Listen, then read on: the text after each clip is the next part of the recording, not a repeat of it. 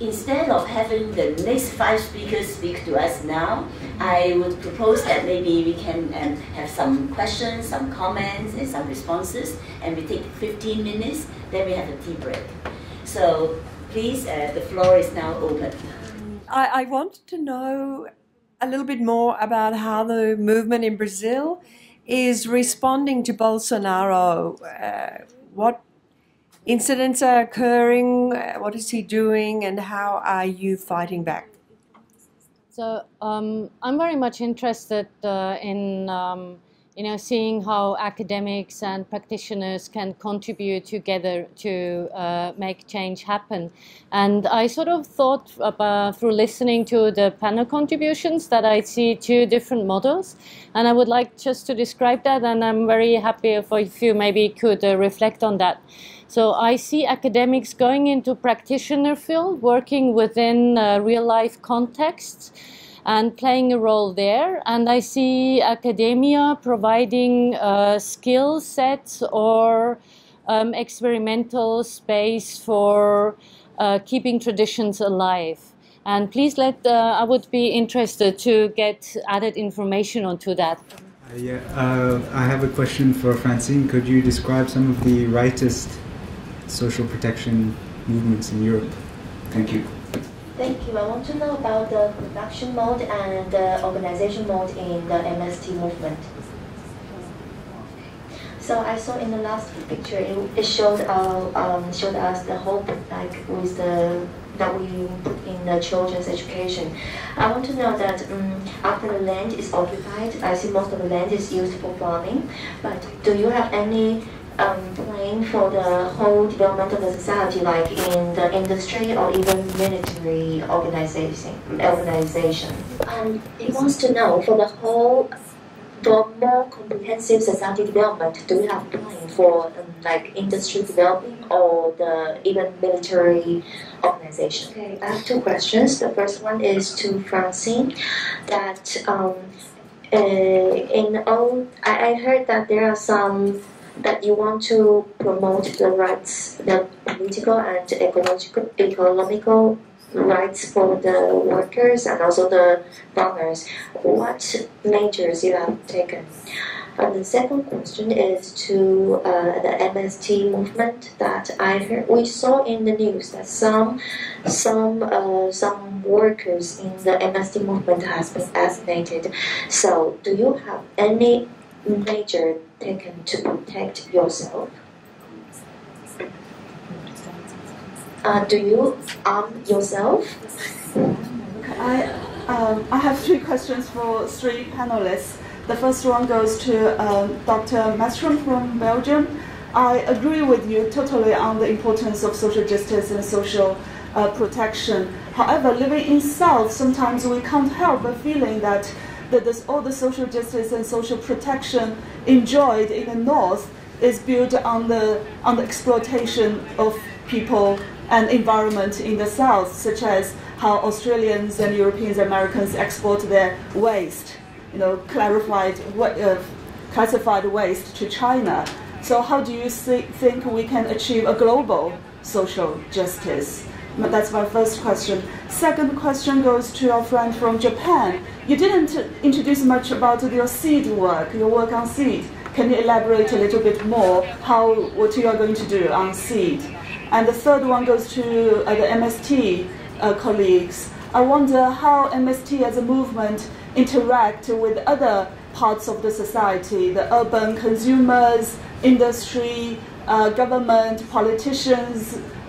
If you can say a little, do you mobilize more support from them, or is there still a big split between urban and rural in Brazil?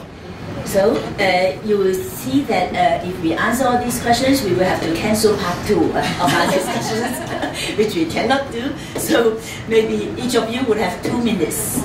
I feel that asking the questions, and then they raise our concerns, and I don't think that they can be answered fully. But then this is only an opportunity for us to interact with each other.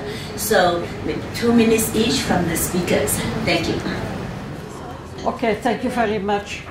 There is of course no question that you can deny the exploitation of the South by the North. Absolutely not. But that is not the reason why we have or had welfare states in the North. These are two different things.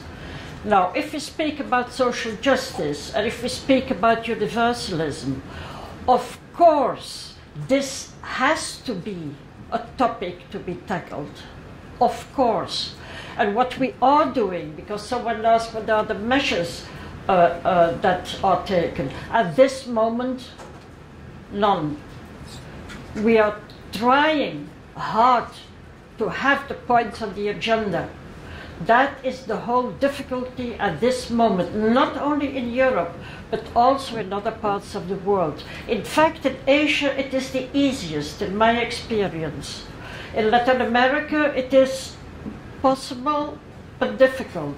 In Europe, it is possible, but difficult. The point is that we have, not in all countries to the same extent, but the point is that we have trade unions that are partly still living in the past and that do not take into account the future that is coming. So that is the first challenge that we have to tackle. It is a very difficult point. At this moment, we are in a kind of transition that trade unions begin to be aware of the environmental problems, begin to react to environmental problems, and begin to see that you have to change the whole system of welfare states that we had. So it is a work in progress. And again, if we speak about universalism, it is clear that we have to tackle also all these points. Also what my colleague said about Japan, working in Brazil, etc. All these points of exploitation and extractivism, etc., etc. They are part of that one vast topic of social justice. Sorry, I didn't mention about our activities. We have been working for 2 years, mainly, making public lectures all over Japan to push all prefectures make ordinance about seed, because to protect seed production, public seed production in all prefectures, that is our main goal for the moment. And we are doing, of course, there are farmer seed network in China doing, for example, saving seeds or farmer seeds, informal seeds. But there are many people in Japan, they are doing, and we are not forming a national network yet. But we are working, collaborating, and we are starting to exchange information so that our main work is to kind of a campaign to make seed ordinance. I hope it's okay. Thank you. Diante de tantas questões, In face of so many questions, eu acho que seria importante que vocês I think it would be important that you buscassem canais de pesquisa sobre o movimento. look up some research channels for the movement. Temos um vasto material na internet. We have a lot of materials online. E acredito que das próprias universidades aqui, inclusive o trabalho da Jade, And I think there are even workers from the university here, including Jade. tragam elementos para compreender a nossa realidade. They can bring some elements to understand our reality. Acho que é importante situar I think it is important to situate a condição e a conjuntura que vivemos agora. the context that we are living in Brazil. O discurso de ódio, The hate speech de caráter fascista, that has a fascist characteristic to it tem avançado por toda a nossa sociedade. has been advancing in all our societies. E a mídia tem tido um papel brutal And media has been playing a brutal role de criminalizar o movimento. in criminalizing the movement. Todas as nossas ações all our actions, são consideradas ações criminosas. they are being considered as criminal activities. Para boa parte da sociedade, For a good part of society, nós somos terroristas. we are terrorists. Mas nós reagimos But we have been reacting buscando construir diálogos. and trying to build dialogue. Não somos um movimento militarizado We are not a militarized movement, e somos contra a política armamentista. and we are against arms policy. Nosso diálogo se dá Our dialogue is made a partir da produção de alimentos. from the production of food. Essa é a nossa principal arma. That is our main gun.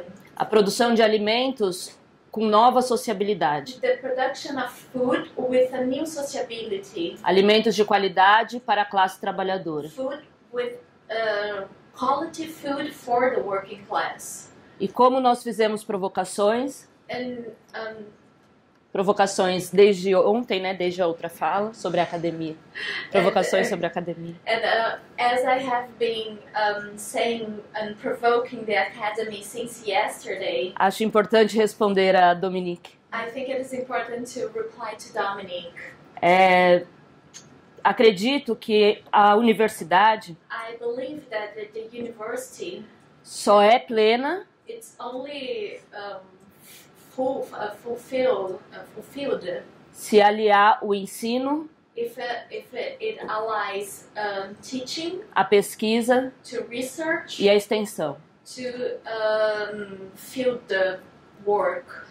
A universidade precisa romper os seus muros, The university needs to bring down its walls entender quais são os interesses de classe, and understand what are the class interests, promover técnicas aliadas aos trabalhadores, to promote techniques that are allied with the workers, teorizar e sistematizar as nossas experiências. to theorize and systematize our experiences. E eu acho que temos todas as condições de fazer isso, And I think we have all the conditions to do so.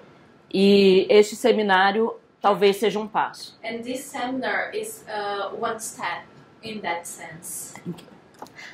Este é o site do movimento. This is the website of the movement's website.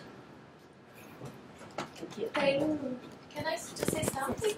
The Friends of MST, they have a website too, and it's in English. There's a lot of documents that they translate, and you can also access. So maybe I'll just say very briefly that, this morning, Professor Dai talked about the deep rupture in China, in the Chinese path to modernization in the last 100 years. But then now, because China is getting so-called stronger and more recognized, so people have come to talk about Chinese thought. And usually they would go to maybe to Taoism, maybe to Confucianism, especially because there's the Confucian Institute all over the world to promote Chinese language, culture, etc. But then the agriculturalist that Xiaomei mentioned, Xu Xing, he was about 150 years younger than Confucius, and his idea at that time, he was basically from the same historical epoch, but then his idea was that everyone should farm and also raise the silkworms so that you'll have food and clothing for your own sufficiency. And the emperor should also do the same. And so that's why you know that he's not being made prominent in the later dynasties. But Confucianism was much more useful to maintain the kind of patriarchal systems of power. Whereas agriculturalists like Xu Xing at that time, then you don't hear much of them. So there are also these kind of different thoughts that we could be also looking at. And lastly, I would also like to reiterate the proposals that MP Parameswaran made last year at this forum. He proposed the idea of the Reuben republics, but it's not just one concept. Of course, it's a combination of Gandhiism and communism, Marxism, and ecological thinking. And so the crust of that is that we have to be not only critical about modernization and urbanization, we have to think of alternatives that we can demodernize, de-urbanize, de-industrialize. And so that is why he proposed the idea that each village is itself a republic. And being a republic, then the most important thing it is self-sufficient in its food and clothing, etc. So I hope that kind of a village republic will not come only after major humanity catastrophes. For example, after nuclear winter or after major global warming problems, but that we can be working more actively towards different possibilities of such self-sufficient models and experiences delinked from the predominant system of the US hegemony. Well, so let us take a break, and I would like to remind you that you could buy the t-shirts. Although we jokingly that we set a quota to 1 t-shirt per person, now it is open, so you can go for the rush for the t-shirts. You can buy all the products, and there are a lot of books that are on sale and for display. And there's actually also an exhibition that we have put up on the ground floor. So that will last until July the 3rd. So, but then if you are leaving soon, maybe you would like to go there, because our volunteers have actually put in also a lot of time in putting up the exhibition and the poster exhibition. So please.